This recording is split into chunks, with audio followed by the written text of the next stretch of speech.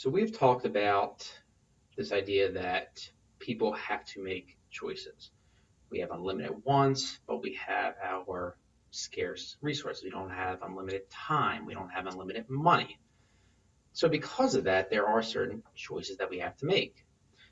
To make those choices, we have to understand a couple key terms. And first is every choice makes a trade-off. People make rational choices by comparing benefits and cost. Not everything's a yes or no, so we'll get choices at the margin, and these choices depend on incentives. So let's look at them individually. So the first thing is that every choice is a trade-off. Everything you decide to do, you're giving up something else. All right, so you're taking A versus B. And so by electing to watch this video right now, you decided to do that instead of something else. So the example we have here, we have Homer Simpson. He can either study or he can go out partying. And if you ever watch The Simpsons, he ends up taking more so of the latter. But in general, this is what we do. And another example is deciding to go to school. So if you decide to go to school, you are not going into the workforce. And so every choice you make, it involves some sort of a trade-off. If you're doing A, you can't do B. All right. If you want to work more hours, you have to give up more leisure time, more time relaxing. So that's the first big thing to understand, is that every choice is a trade-off. Now, another thing that we often assume in economics, and there are some faults in this, is that people make rational choices. We assume that people behave rationally, meaning that every decision they make is in their own best interest. Now, the way that they do that is looking at the benefit and the cost of doing something, making a decision. So benefit is what you gain from that decision. It's what you gain from whatever you're looking to buy. It's determined by preferences. Now, the reason why if you ever walk into a supermarket and you see just thousands, maybe tens of thousands of different types of food in there, okay, well, you might think, well, why are there so many? I only have maybe I've only eat about 1% of what's in here. So why is this all here? And obviously, the reason why is that everybody buys different things. And that comes down to preferences. Preferences are what people want. It's their tastes. And with preferences, it really comes down to an individual person. And so because people want different things, they buy different things. On top of that, because people have different preferences, they make different choices, doing A versus B. And so because of that, everyone benefits it really varies by person. So that's the first part of your decision, the benefits, what you get from it, what is your gain from it. The other side is cost, what you actually have to give up. Now, most of the time when people think of cost, they think of monetary side of it. But in economics, we look at more than that. We look at the non-monetary side. So we look at things like the stress of going to school. We look at what you're giving up. So, for example, if you decide to invest $10,000 in a new business, right, the interest that you could have earned on that is a cost. So let's say you could have made on that 10,000, you could have made $500 a year on it. That's decent return, but so by investing that money into your business, you're giving up that $500 in interest that you could have been making. So when we look at costs, we look at what's called opportunity cost.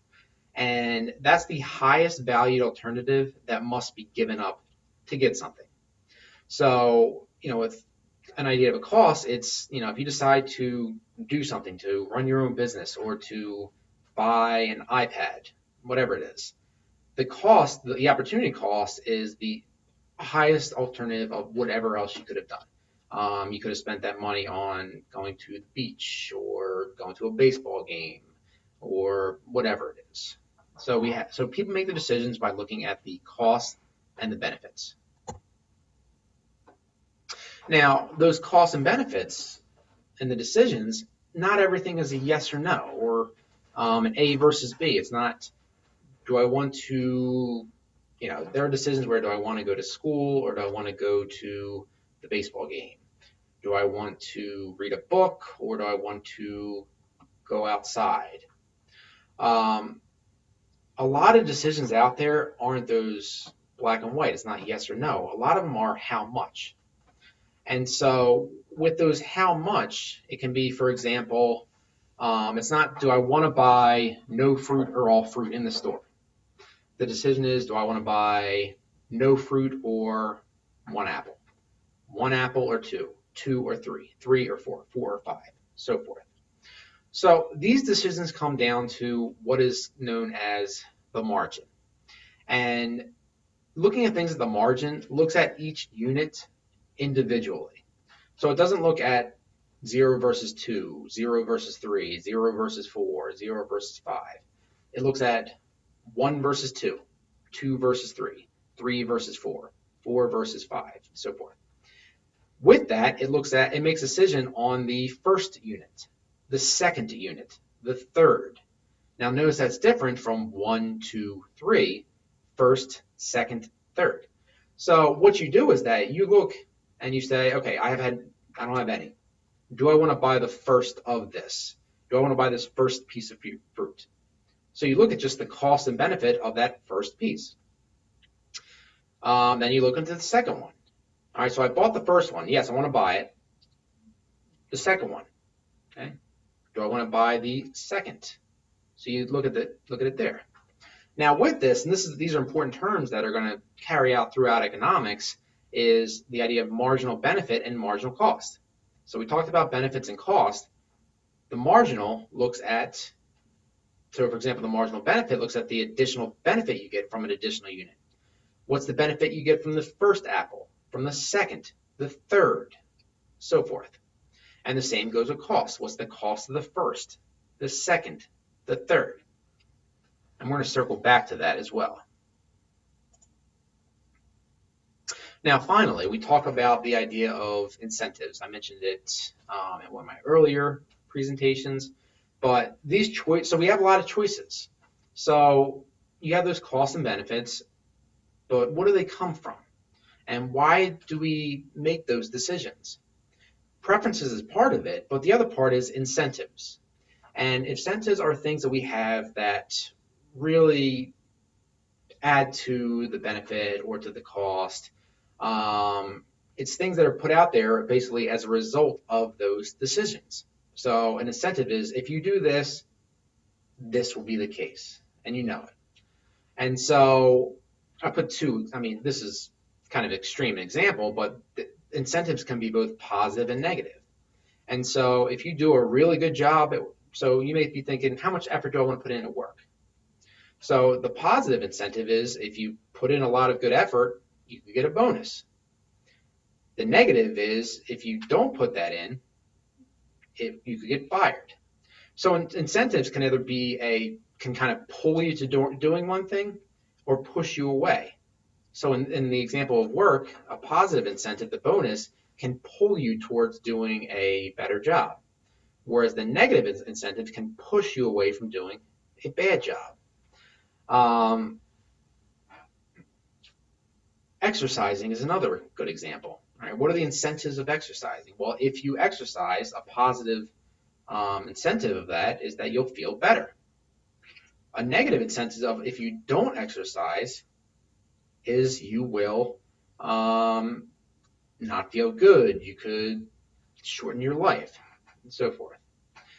Another big thing with negative incentives has to do with crime. And so the reason why there are laws and why there are penalties for breaking the law is to give people a negative incentive of them doing something. So, why does everyone just go rob a bank? Well, because they know that if they do and get caught, they could go to jail for a long time. And so that is a negative incentive of doing it. So that you don't want to do it. So, when it comes down to these choices, these are pretty big issues. Now, economics, what is it used for? So it's good. There's two things. It's good for understanding why people do things. If you're looking to get into business, understanding how the business world works and why decisions get made, and what are the results of that. But a lot of times, economics is also used as a policy tool to make decisions. Now, when it comes to economics, there are two types of statements. There's a positive statement and a normative statement. The positive statement is what is. Okay, it's what is actually the case. And for example, if I have my phone here, a positive statement would be to say that if I let go of my phone, it's going to fall. Okay, that's what the case is. These are things that economists try to test. They look at the positive. A lot of times looks more towards the past. It looks at what has happened in the past and says, when we did this, we did X, Y was the case. When we gave people more money, they spent more. Normative statements, what ought to be, looks forward a little more. It's, for example, in economics terms, with a new tax plan, the normative statement can say, if this plan passes, this is what ought to happen. People ought to spend more, or businesses ought to hire more. And so it's more theoretical than everything. But when it comes to economics, especially with a policy tool, the job is to really kind of look at both, at these positive and normative, what has worked in the past, and then based on that, with this new plan, what should happen from it. And so both of these become important in making the decisions. And so economics as a whole can be used, if people listen, that is.